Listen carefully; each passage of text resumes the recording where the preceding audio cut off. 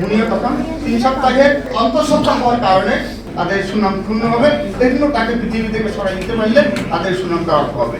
এই কারণে তারা তাকে মারার কথা কোরআন কথা প্রয়োগ করে। তাকে বলা হয়েছিল তোমাকে বিয়ে করে আমি দুবাইতে সেটেল করব। একটা মেয়ে কোথাও বিয়ে করার আশ্বাস দিতে পারে, বিয়ে করতে পারে, তার পার্সোনাল সিদ্ধান্ত। 302 তাকে হত্যা করছে, তার সাথে আছে 34 কমন ইন্টেনশন ছিল যে তাকে দুনিয়া থেকে সরাই দিই। এই ধারাগুলো দিয়ে আমরা 8 জনকে আসামি করে মামলা করি।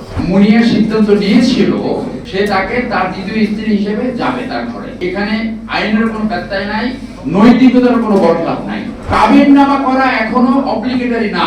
কাবিননামা হলো একটা মেয়ের প্রোটেকশন, অর্থাৎ কেউ যদি দীর্ঘ সময় স্বামী স্ত্রীর মতো বসবাস করে সেটা স্বামী স্ত্রীর সম্পর্ক। 18 বছরের উপরে কোনো মেয়ে তার জীবন সম্বন্ধে সিদ্ধান্ত নিতে পারে। সে কারো দ্বিতীয় স্ত্রী হয়ে তার প্রতিশ্রুতি মোতাবেক তার কথা মতো থাকবে কিনা তার সিদ্ধান্ত। যে ডিসিজড মুনিয়া সিদ্ধান্ত নিয়েছিল সে তাকে তার দ্বিতীয় স্ত্রী হিসেবে যাবে তার ঘরে। এখানে আইনের কোনো ব্যত্যয় নাই, নৈতিকতার কোনো বদলাভ নাই। This is her personal choice.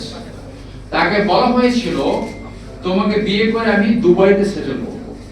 একটা মেয়ে ধনী করে যেতে পারে, হুমায়ুন আহমেদ তার মেয়ে বান্ধবী বিয়ে করছে। একটা মেয়ে কোথাও বিয়ে করার আশ্বাস দিতে পারে, বিয়ে করতে পারে, তার পার্সোনাল সিদ্ধান্ত। এইখানে আপনাদের ইন্টারভেন করা উচিত না। কিন্তু নিম্ন সংস্কৃতি হলো এটা, আপনি খুন এবং ধর্ষণের ব্যাপারটাকে না দেখে আপনি দেখাচ্ছেন সে রাতের পাখি, এই বিভাগের ক্যারেক্টার আছে। এটা কারা করে আমরা জানি, কারা করে আমরা এটা জানি। সেই জন্য কাবিননামা ব্যতীত দীর্ঘ সময় যদি কেউ স্বামী স্ত্রীর মতো বসবাস করে সেটা বৈবাহিক রিলেশনস। এখন এই সিদ্ধান্ত বল এফিলিয়েট ডিভিশনে কাবিননামা করা এখনো অব্লিগেটরি না। কাবিননামা হলো একটা মেয়ের প্রোটেকশন, অর্থাৎ কেউ যদি দীর্ঘ সময় স্বামী স্ত্রীর মতো বসবাস করে সেটা স্বামী স্ত্রীর সম্পর্ক।